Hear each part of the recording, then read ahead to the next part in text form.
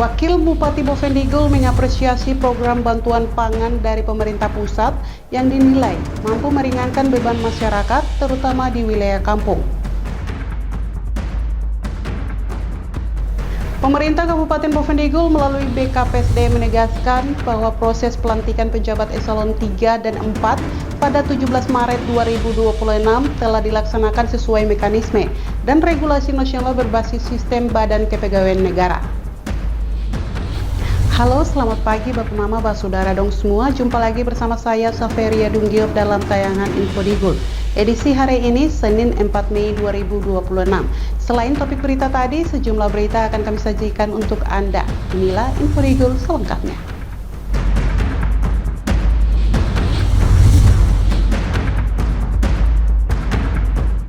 Bapak Mama, kita ke berita pertama. Wakil Bupati Bovendigul mengapresiasi program bantuan pangan dari pemerintah pusat yang dinilai mampu meringankan beban masyarakat terutama di wilayah kampung. Pemerintah Kabupaten Bovendigul menyambut positif program bantuan pangan dari pemerintah pusat yang menyasar masyarakat berbasis keluarga penerima manfaat. Wakil Bupati Bovendigul Marlinus menyampaikan bahwa program ini menjadi bentuk perhatian nyata pemerintah dalam memenuhi kebutuhan dasar masyarakat, khususnya di kampung-kampung dengan akses terbatas. Jumlah penerima bantuan pun mengalami peningkatan signifikan. Saat ini, lebih dari 10.000 kepala keluarga telah terdata sebagai penerima atau meningkat hingga 50% dibandingkan sebelumnya. Peningkatan ini disebut merupakan hasil dari pembaruan dan validasi data yang dilakukan secara lintas sektor. Meski demikian, pemerintah daerah mengakui masih ada masyarakat yang belum terdata secara optimal. Untuk itu, pemerintah berkomitmen untuk terus menyempurnakan data agar penyaluran bantuan dapat dilakukan secara adil dan merata. Wakil Bupati juga menekankan pentingnya koordinasi antara pemerintah distrik dan kampung dalam proses distribusi, mengingat kondisi geografis Bovendigul yang menantang. Pengadaan beras maupun minyak goreng yang akan disalurkan ke masyarakat kita yang ada di 20 distrik, 112 kampung. Kita berterima kasih kepada pemerintah pusat, terutama kepada Bapak Presiden melalui Menteri Ketahanan Pangan. Begitu besar perhatian pemerintah terhadap masyarakat kita, dan sebagai satu wujud nyata di hari ini kita kembali menyaksikan persediaan beras dan minyak goreng yang akan kita salurkan, pemerintah daerah salurkan ke masyarakat sesuai dengan data dan kakak yang berhak menerima. Saya kira dengan adanya perhatian besar dari Presiden kita, dari pemerintah melalui Kementerian Ketahanan Pangan, ini sangat-sangat bermanfaat bagi masyarakat kita. Kita tahu bagaimana kehidupan masyarakat kita yang ada di kampung-kampung. Namun dengan adanya bantuan dari Bapak Presiden ini dapat meringankan beban masyarakat kita yang ada di kampung-kampung dengan adanya bantuan pangan yang besok atau lusa kita akan salurkan ke Seluruh pihak diharapkan dapat memastikan bantuan tersalur hingga ke masyarakat di kampung secara langsung tanpa terkendala biaya transportasi. Pemerintah daerah juga menekankan pengawasan ketat terhadap kualitas dan kuantitas bantuan agar sesuai standar dan menjaga kepercayaan masyarakat. Melalui kolaborasi dan pengawasan yang kuat, program ini diharapkan dapat tepat sasaran, tepat waktu, dan memberikan manfaat nyata bagi masyarakat. Tim Liputan, Digul TV, Nober, laporkan. Bapak Mama, Bapak Saudara dong semua, pembahasan Raperda pengendalian minuman beralkohol di Kabupaten Bovendigul terus dipertajam dengan melibatkan tim asistensi tenaga ahli dan pansus DPRK agar regulasi yang dihasilkan kuat secara hukum dan responsif terhadap kondisi sosial masyarakat. Dewan Perwakilan Rakyat Kabupaten Bovendigul melalui panitia khusus bersama pemerintah daerah menggelar rapat pembahasan rancangan peraturan daerah tentang pengendalian peredaran minuman beralkohol. Rapat yang berlangsung di Kabupaten Boven Digul ini dihadiri Bupati Roni Omba, pimpinan dan anggota DPRK, serta sejumlah organisasi perangkat daerah terkait, Satuan Polisi Pamong Praja, Inspektorat, Bagian Hukum Setda, Dinas Perizinan, dan tenaga ahli pemerintah daerah. Dalam pembahasan, DPRK dan pemerintah daerah mengkaji berbagai aspek penting, mulai dari mekanisme perizinan, pengaturan lokasi konsumsi, sistem distribusi dan penjualan, hingga penegakan hukum dan pemberian sanksi. Ketua Pansus menyampaikan pembahasan ini bertujuan untuk menghasilkan regulasi yang tegas, namun tetap dapat diterapkan secara efektif di lapangan. Sementara itu, Bupati Boven Digul Roni Omba menegaskan, Raperda ini merupakan tindak lanjut atas aspirasi masyarakat yang menginginkan pengaturan jelas terkait peredaran miras. Hari ini patut kita panjatkan puji dan syukur kepada Tuhan atas berkat lindungan penyertaannya sehingga kita boleh berkumpul di tempat ini. Dan ini bukan satu kebetulan, tapi memang ini keluhan masyarakat dan juga kita sendiri mengalami, sehingga kita boleh bersama-sama pemerintah daerah dan DPR saling kolaborasi untuk kita membahas hal-hal yang penting terkait dengan perkembangan situasi dan di daerah kita terkait dengan pengendalian dan pengawasan minuman beralkohol ini. Saya pikir bukan baru dibahas dan juga bukan pada saat pemerintahan saya dengan Pak Marlinus, tapi sudah memang ada usulan-usulan masyarakat sehingga pemerintah daerah dan juga DPR terima kasih sudah membahas tentang itu. Harapan kami apa yang sudah disusun oleh pemerintah daerah dapat diberikan masukan ataupun mungkin perbaikan dari DPR sendiri sehingga produk ini dapat kita gunakan untuk kebersamaan baik itu masyarakat yang mengkonsumsi maupun kenyamanan kita bersama di daerah kami. Mungkin itu yang dapat saya sampaikan. Sebelumnya juga kami mohon maaf, memang dinamika pasti akan terjadi, terima dan tidak terima, karena memang di sisi lain kami lihat ini kebutuhan, ya. Tapi di sisi lain juga mengganggu ketentraman, sehingga kita ambil nilai positifnya untuk bagaimana kita bisa mengendalikan sehingga barang ini bisa berjalan. Tapi juga Pemerintah daerah dan DPRK juga menekankan pentingnya sinergi dalam menyusun regulasi yang berkeadilan dengan mengutamakan aspek ketertiban umum, keamanan, dan perlindungan masyarakat. Raperda ini diharapkan menjadi payung hukum sekaligus solusi nyata dalam mengendalikan dampak negatif peredaran minuman beralkohol di Boven Digul. Tim Liputan, Digul TV, Nober melaporkan. Bapak Mama, saudara dong semua, info Digul akan kembali sesaat lagi. Jangan kemana-mana, tetaplah bersama kami.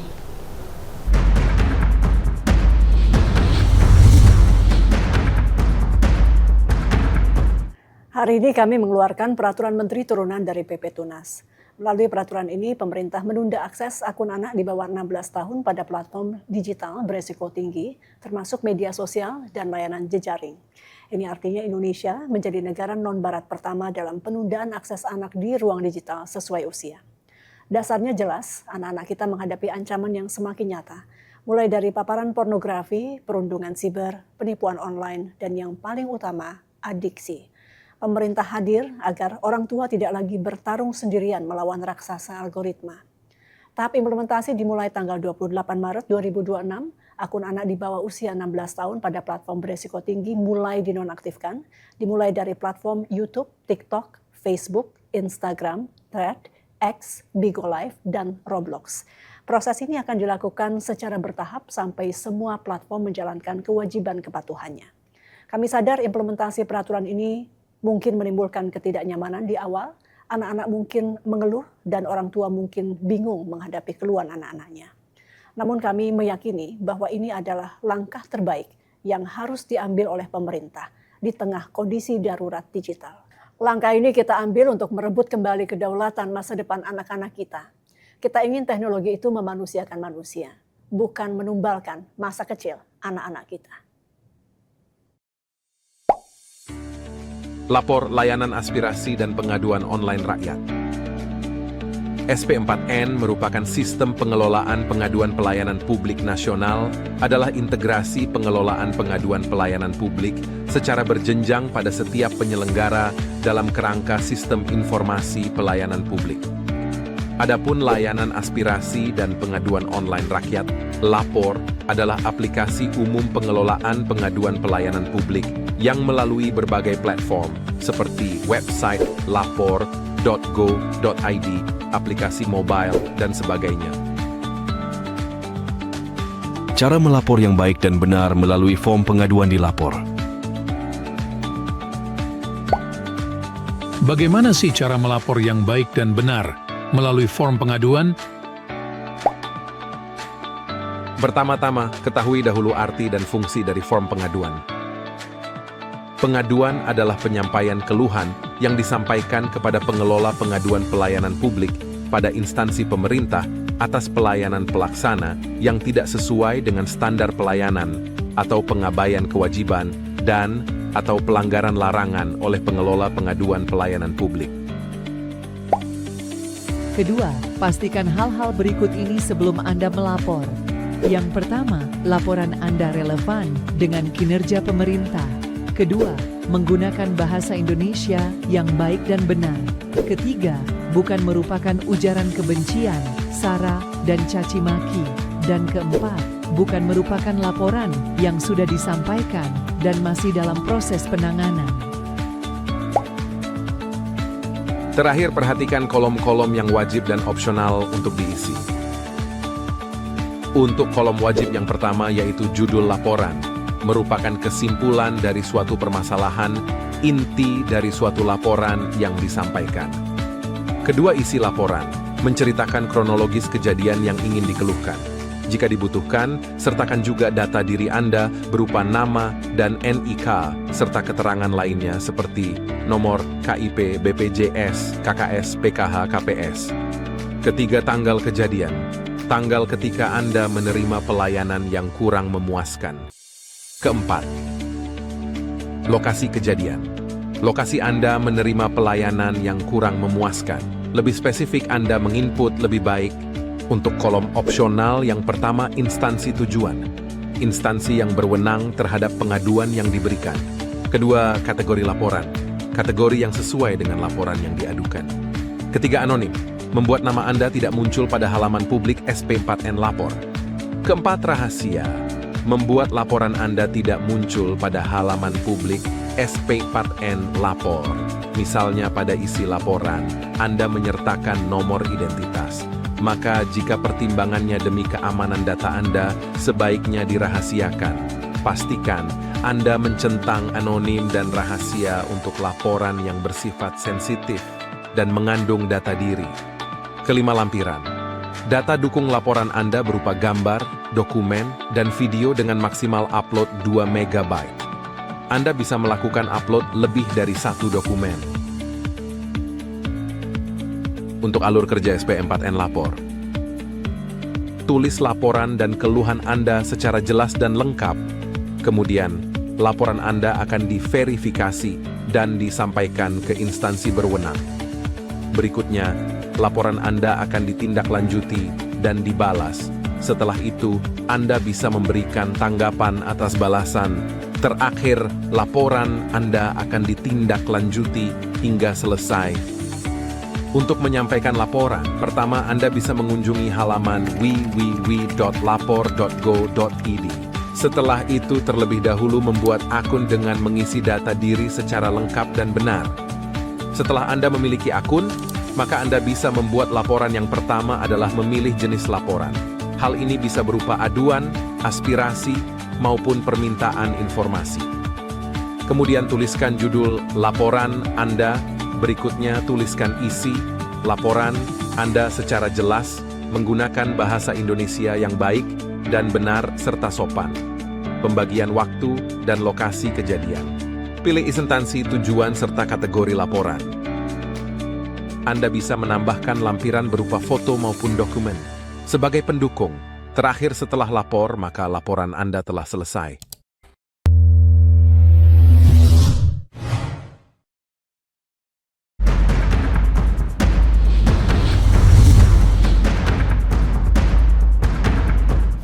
Terima kasih Bapak Mama, Bapak Saudara dong semua masih tetap bersama kami. Pemerintah Kabupaten Bovendigul melalui BKPSDM menegaskan bahwa proses pelantikan penjabat eselon 3 dan 4 pada 17 Maret 2026 telah dilaksanakan sesuai mekanisme dan regulasi nasional berbasis sistem Badan Kepegawaian Negara.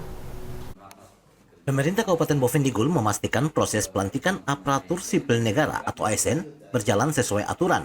Hal ini disampaikan Kepala BKPSDM Mahmudin Abdullah menyusul beredarnya laporan dan pengaduan dari sejumlah ASN terkait hasil pelantikan. Menurut Kepala BKPSDM, seluruh tahapan pelantikan dilakukan melalui sistem aplikasi nasional milik Badan Kepegawaian Negara yang menerapkan verifikasi administrasi secara ketat. Sistem ini secara otomatis menolak usulan jabatan yang tidak memenuhi persyaratan, sehingga mencegah terjadinya penyimpangan. Menanggapi laporan yang masuk, BKPSDM telah melakukan verifikasi terhadap sekitar 90 nama ASN dengan mencocokkan data pada sistem kepegawaian nasional. Hasilnya, sebagian besar keluhan terjadi karena perbedaan pemahaman terkait istilah mutasi, rotasi, dan demosi. Kepala BKPSDM menegaskan perpindahan jabatan dengan level setara dikategorikan sebagai mutasi, bukan demosi. Sedangkan demosi memiliki kriteria khusus yang diatur dalam peraturan perundang-undangan. Beberapa syarat administrasi yang mungkin saya sedikit cerita singkat perjalanan 17 Maret menuju 17 Maret. Jadi untuk proses sekarang dalam pelantikan baik pejabat administrator, pengawas maupun DPT tidak seperti yang dulu-dulu. Angkat sini comot di sini, angkat sini comot di sini, tidak seperti itu. Sesuai dengan edaran BKN nomor 7 tahun 2024, itu BKPSDM seluruh Indonesia wajib untuk apabila mempromosikan salah satu pejabat itu menggunakan aplikasi ID. Aplikasi ini dibentuk oleh BKN Pusat. Proses pengusulan, jujur saja Pak, kami BKD ini masih awal terkait dengan aplikasi ini. Karena edaran itu wajib untuk kita lalui, makanya kita harus berproses. Ini teman dua ini samping kanan saya ini adalah admin kami terkait dengan IT. Dalam proses pengusulan itu perlu kami sampaikan bahwa mereka dua ini otodidak 3 hari dengan teman-teman di BKN. Otodidak 3 hari, karena ini barang-barang. Otodidak 3 hari, dalam proses otodidak itu berkoordinasi dengan teman-teman di BKN, khususnya PIC yang ditugaskan BKN terhadap Bovendigul. Mereka otodidak sambil belajar sudah ready 3 hari. Setelah ready 3 hari, saya disinformasikan dengan teman-teman BKN bahwa Bovendigul sudah bisa jalan gitu. Bahkan itu saya yakin teman-teman Boven sudah bisa lari, berjalan lagi. Kita berproses dari situ, proses pengusulannya. Kalau misalnya nanti dalam proses itu, kalau misalnya tidak sesuai dengan yang diperintahkan, otomatis itu merah. Karena aplikasi ini memang sengaja dibikin BKN untuk memprotek para ASN agar tidak dijadikan komunitas sesat oleh para petinggi, dalam hal ini para elit politik yang mau berkontestasi di pilkada, baik gubernur, bupati, dan wali kota dan lain-lain. Aplikasi ini yang sudah memprotek para ASN, artinya menjamin ASN sejauh mana kalian punya karir bagus, kalian punya pangkat sudah layak, kalian punya pendidikan terakhir layak. Seluruh proses ini menurut BKPSDM juga telah melalui koordinasi dengan pemerintah provinsi dan mendapatkan persetujuan dari kementerian terkait. Dengan demikian, pemerintah daerah menegaskan bahwa pelantikan ASN yang dilaksanakan telah sesuai prosedur dan regulasi yang berlaku. Tim Liputan, Digul TV, Nober melaporkan. Bapak Mama, Bapak Saudara dong semua, DPRK Bovendigul melalui Komisi A menindaklanjuti aduan puluhan ASN terkait pelantikan penjabat eselon 3 dan 4 untuk memastikan prosesnya sesuai ketentuan perundang-undangan. Dewan Perwakilan Rakyat Kabupaten Bovendigul melalui Komisi A menggelar rapat tindak lanjut terkait aduan aparatur sipil negara atau ASN di ruang Komisi A DPRK Bovendigul. Rapat ini digelar setelah DPRK melakukan konsultasi dengan BKPSDM Merauke dan Wakil Gubernur Papua Selatan pada 15 April 2026 lalu. Pertemuan dihadiri pimpinan dan anggota dewan serta Kepala BKPSDM Bovendigul bersama jajaran. Wakil Ketua 1 DPRK Oral Brunner Leleng menyampaikan bahwa pembahasan difokuskan pada implementasi regulasi manajemen ASN, khususnya terkait mekanisme pengangkatan dan pemberhentian pejabat eselon. Langkah ini dilakukan menyusul laporan puluhan ASN pasca pelantikan pejabat eselon 3 dan 4. Berdasarkan data BKPSDM, tercatat sekitar 90 aduan yang masuk dan kini dalam proses penelaan. DPRK menilai permasalahan yang muncul diduga akibat perbedaan pemahaman terhadap regulasi. Oleh karena itu, DPRK mendorong penjelasan komprehensif dari pihak teknis agar tidak terjadi kesalahpahaman.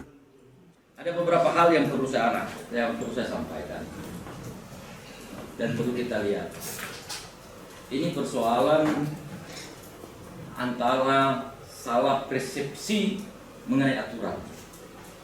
Ya, makanya ini yang perlu mungkin Pak Kaban nanti akan jelaskan. Memang kewenangan pelantikan itu ada di kepala daerah. Dengan melihat beberapa regulasi yang sudah menjadi ketentuan pada saat pelantikan. Nah, ini yang perlu juga mungkin dijelaskan. Kalaupun ini sudah tidak ada masalah, dari BKN juga sudah menyurat, ya saya katakan sampai di sini pertemuan kita. Kita tidak perlu lagi nanti tinggal berurusan dengan bupati, ya tidak perlu kita panjang lebar, apalagi surat daripada bupati itu sudah ada.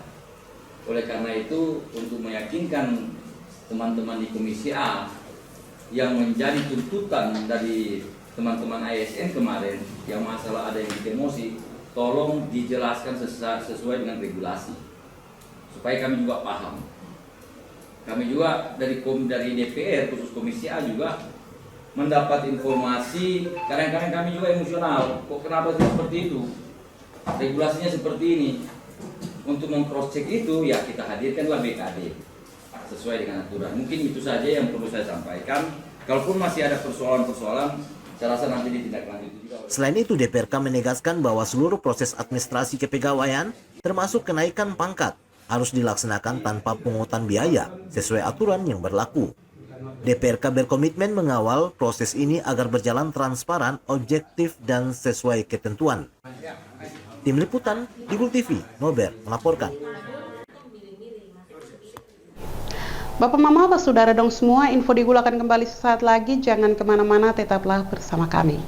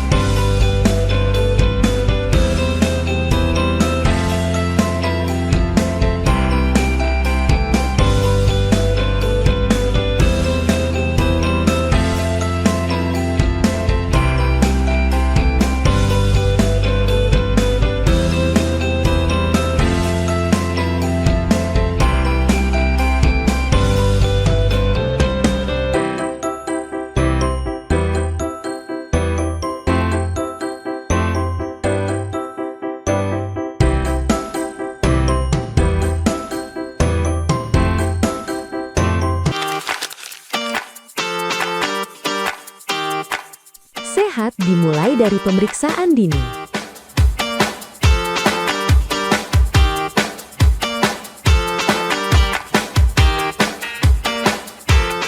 Sehat adalah kunci menjalani hari dengan penuh energi. Pemerintah Kabupaten Bovendigul mengajak seluruh ASN dan masyarakat Bovendigul untuk peduli kesehatan sejak dini. Dapatkan pemeriksaan kesehatan gratis, cek tekanan darah, gula darah, konsultasi kesehatan, dan pemeriksaan umum. Dengan pemeriksaan rutin, kita bisa mencegah masalah kesehatan dan hidup lebih sehat bersama.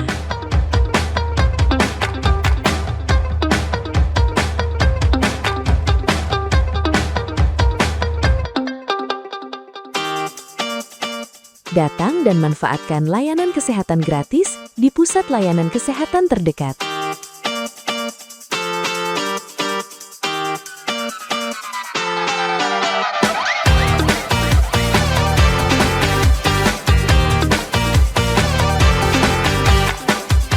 Bersama, kita wujudkan masyarakat Bovendigul yang lebih sehat.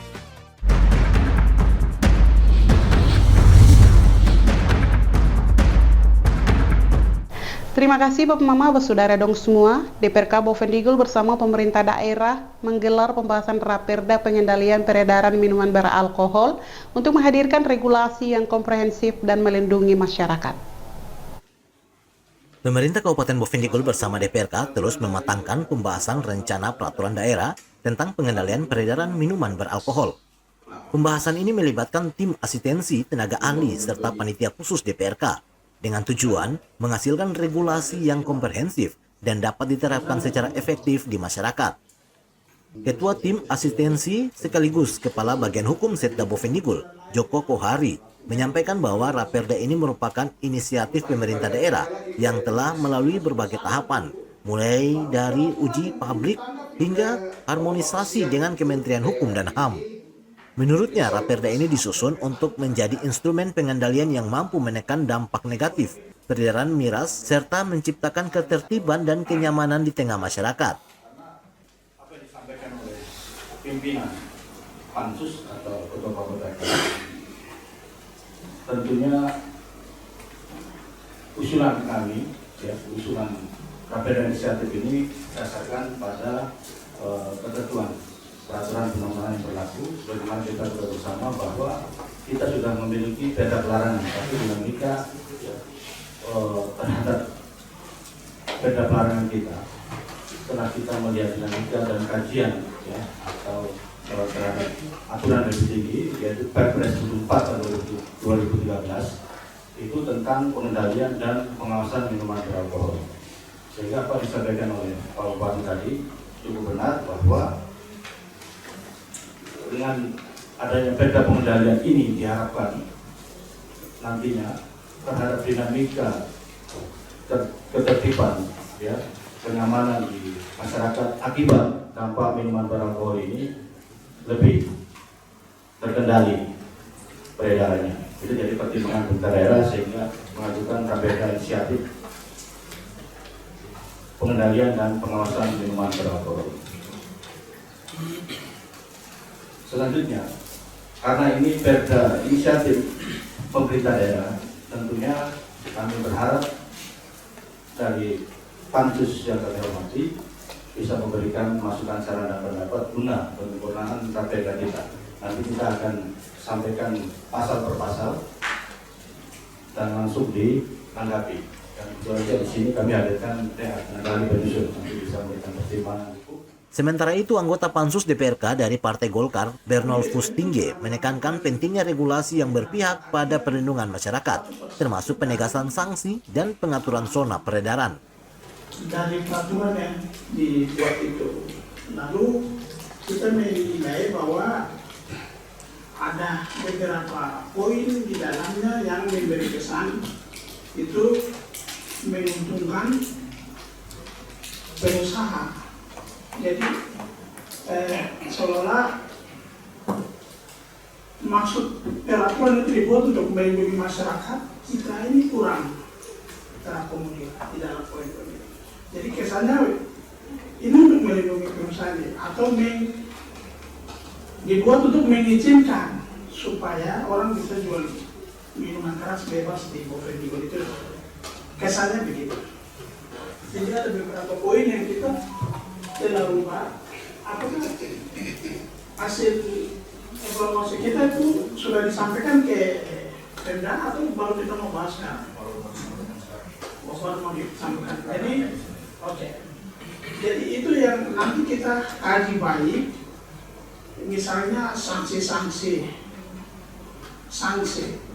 hukum harus ada pertimbangan. Itu nanti mungkin pakar hukum atau staf ahli bisa membantu kita menjelaskan. Harus dilakukan sanksi, tidak harus sanksi hukum saja, tapi harus ada sanksi sosial yang harus kita pertimbangkan sehingga menjadi efek jerah.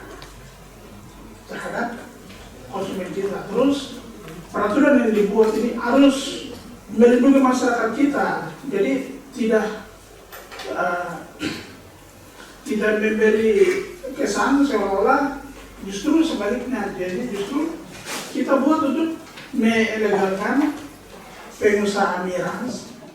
Tenaga ahli pemerintah daerah Dr. Guntur Oyhutun menambahkan bahwa penyusunan Raperda harus memperhatikan asas pembentukan peraturan perundang-undangan, termasuk nilai sosial, budaya, dan keagamaan masyarakat. Dalam pembentukan materi muatan peraturan perundang-undangan itu sudah ditentukan dalam undang-undang. Bapak-bapak bisa download, bisa buka aja. Sebenarnya saya bisa tunjukkan di monitor, tapi karena jauh dan kabelnya terbatas. Sebenarnya ada beberapa asas yang sudah ada di dalam tata cara pembentukan peraturan perundang-undangan dengan Bapak Ibu bisa mendownload Undang-Undang 12 tahun 2011. Asas-asas materi muatan dari suatu produk peraturan perundang-undangan. Di pasal 6, nanti Bapak Ibu bisa buka. Nah, kalau Bapak Ibu mengusulkan asasnya adalah agama dan budaya, maka kita gunakan asasnya adalah asas Bhinneka Tunggal Ika. Apa itu asas Bhinneka Tunggal Ika?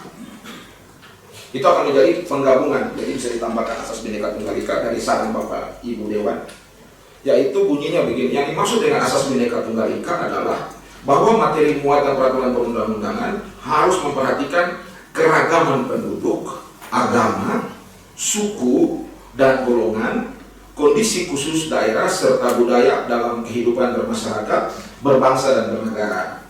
Nah, kalau Bapak-bapak Ibu kita sepakat untuk merangkum semua asas yang disampaikan oleh Bapak Ibu, terutama asas sosial budaya dan asas agama ini, kita gunakan sesuai dengan standar perundang-undangan asas. Melalui pembahasan dan partisipatif, Raperda ini diharapkan tidak hanya menjadi payung hukum, tetapi juga solusi nyata dalam menjaga ketertiban, keamanan, dan keharmonisan di Kabupaten Bovendigul. Tim Liputan, Digul TV, Nober melaporkan. Bapak Mama, dengan berakhirnya informasi tadi sekaligus mengakhiri perjumpaan kita dalam Info Digul pagi ini.